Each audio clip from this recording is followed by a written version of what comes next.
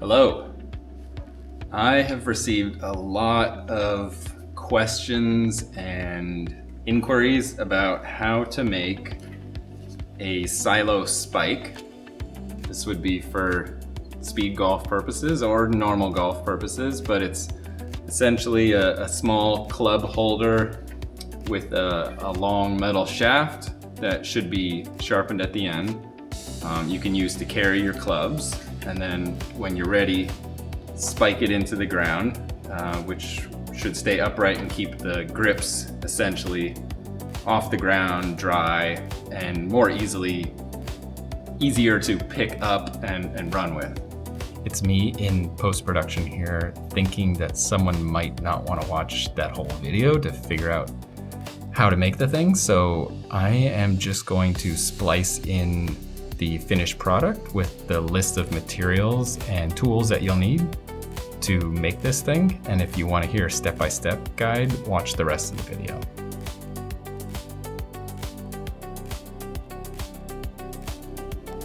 So I thought I would just make a tiny little tutorial on how to put it together. So the first thing you'll need is an actual silo holder. I'm not sure what the technical term for this thing is, but you can buy them online, on Amazon, on Temu, Alibaba. I don't think I've ever seen one in an actual physical store, but they're not hard to find. You might call it a club holder, clip. There's a bunch of names. Silo, I think, might be another way you can search for it. So these are not too expensive, maybe $5 to $10. You can get them, and probably cheaper if you get 4 or 5 of them at once. The other tools you'll need beyond that, some threaded rod. So a threaded rod would look like this. Threaded meaning it just has, like a thread you can attach a nut to. And I recommend using 5/16 threaded rod. This one right here is a 1/4 inch, which is a little less than the one I'm recommending, but I found the 1/4 inch one can possibly bend if you mistreat it.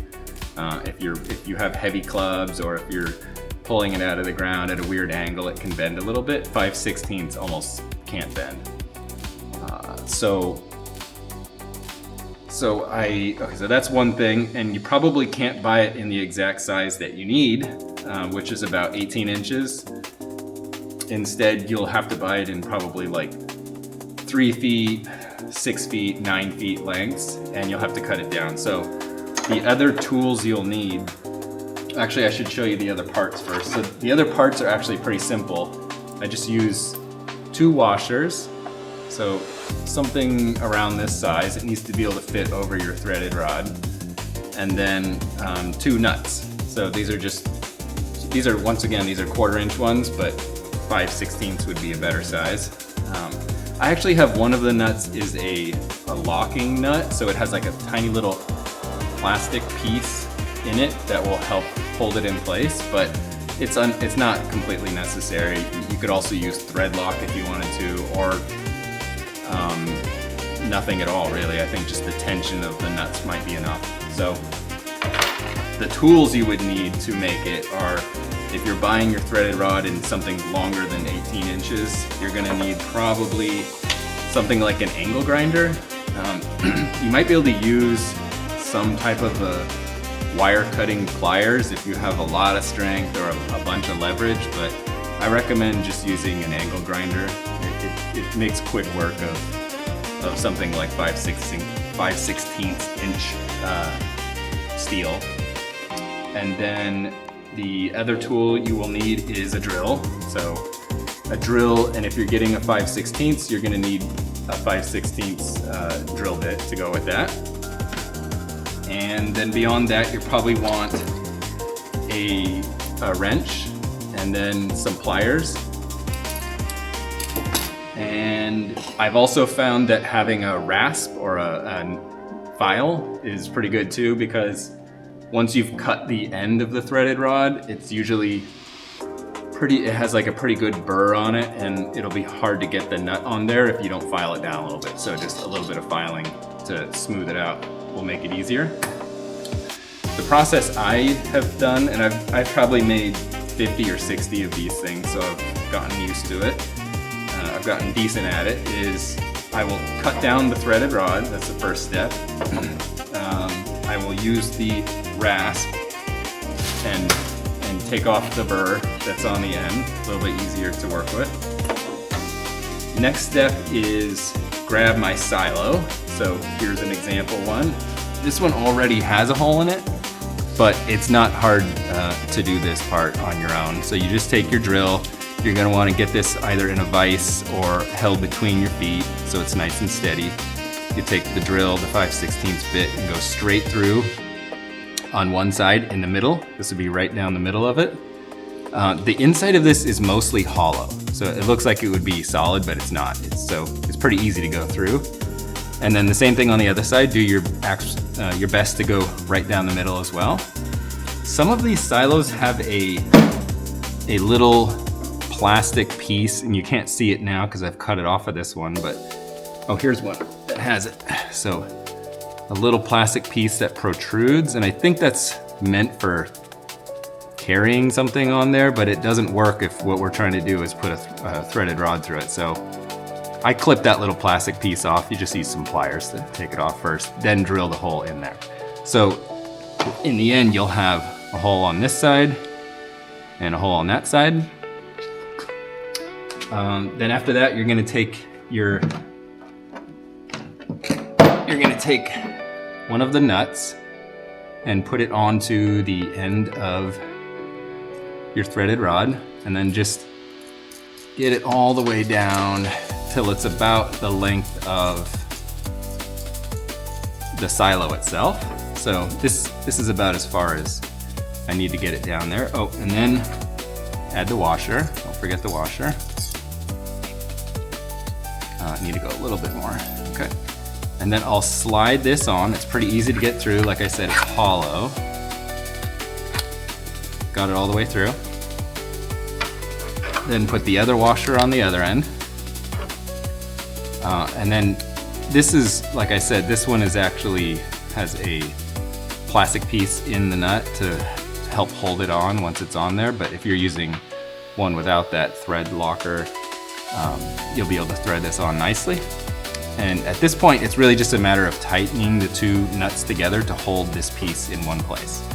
So the way I found it's best to work with that is use your pliers to hold the threaded rod part here and get a good grip with your wrench on here, and tighten this on until it's about flush with the threaded rod that is going through it. This is pretty good, it's flush there. Then I'm gonna wanna pull the silo down so it's taut there. And from this end, tighten the nut by hand. Then I can just position this here on this one. See, I'm holding this in place. And on this side, I'm grabbing the nut with the pliers and tightening it just little bit by little bit. So it feels like, okay, that's pretty on there. Like these two nuts are now providing a good amount of tension using these washers on this. Okay, we're back. What I was saying is using this combination of holding the nut in place on the back and the wrench on the front is pretty good because it allows you to hold this one in place and tighten it nicely. So once you've done that, you've gotten this to a sufficient level where it feels like this silo is not gonna slide or rotate at all. Like I've got these on pretty tight. You've basically created the whole thing at this point, but the last piece is the tip. So this is highly subjective. It could be that you want an extremely sharp tip. Could be that you're pretty okay with a very blunt tip, but I recommend somewhere just in between nothing and a sharp tip. I don't have an example here, but This is where the angle grinder also will come in. So if you instead have a belt sander or something that can take some abuse from a steel rod, you can use that instead. I don't have anything else, so I've used the angle grinder for that.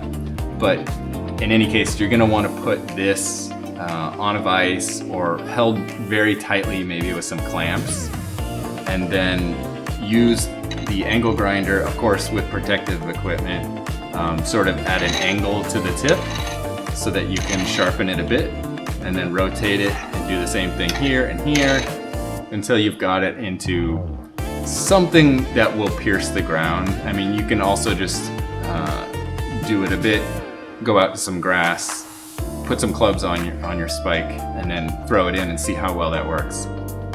If you get it to even just a slight sharpness, the weight of the clubs usually sinks it in the ground without too much trouble, so you don't have to get it all that sharp.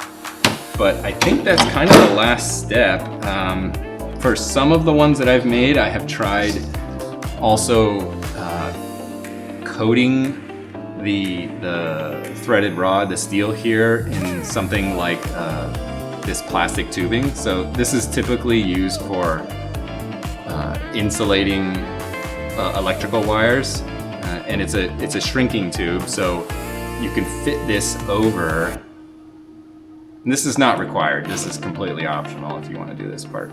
It allows you to add some color, some flair to your to your device in the end. But actually, I can't fit this over well because of the metal burr. But you can buy these also at any hardware store. Maybe not always in different colors, but I found it in blue and green and red and white.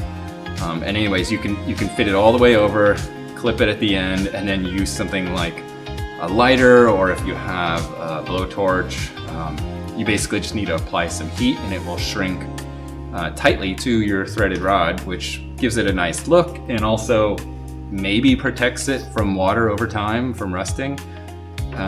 Probably you can't depend on that too much, but at least it gives a nicer feel to touch than just this metal like this. Just the length, and that also is kind of subjective as well, like what length you like. I believe this one's 18 inches. I can measure that real quick.